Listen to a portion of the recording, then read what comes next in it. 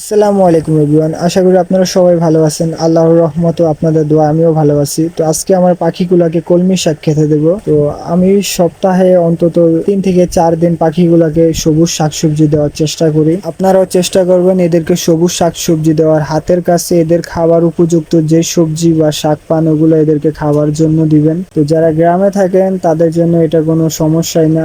শহর অঞ্চলে যারা থাকেন তারা দেখা যায় বাসায় খাবার জন্য যে শাক নিয়ে আসেন ওইখান থেকে এদেরকে খেতে দিতে পারেন। তো সবুজ শাকসবজি খাওয়ালে যেটা হবে, ন্যাচারালি ভাবে এদের শরীরে যে পুষ্টি ঘাটতিগুলো আছে এগুলো পূরণ হয়ে যাবে। আমার পাখিগুলা কিন্তু মাশাআল্লাহ অনেকটাই সুস্থ। আমি যেহেতু গ্রামে থাকি এদেরকে সবসময় সবুজ শাকসবজি খেতে দেওয়ার চেষ্টা করি। আমার বাসার পাখিগুলোর উপর এই পর্যন্ত আমি কোনো মেডিসিন প্রয়োগ করিনি, প্রাকৃতিক ভাবে এদেরকে সুস্থ রাখার চেষ্টা করি। আলহামদুলিল্লাহ আমার এই পাখিটা 7টা ডিম পাড়তে সক্ষম হয়েছে এবং মাশাআল্লাহ সেই ডিম থেকে খুব সুন্দর একটা পুচকু বাচ্চা ফুটে বের হয়েছে। তো আপনারা সবাই দোয়া করবেন আমার এই পাখির সবগুলা ডিমই যেন ফুটে এবং এইখান থেকে যেন আমি খুব সুন্দর সুন্দর বাচ্চা পাই।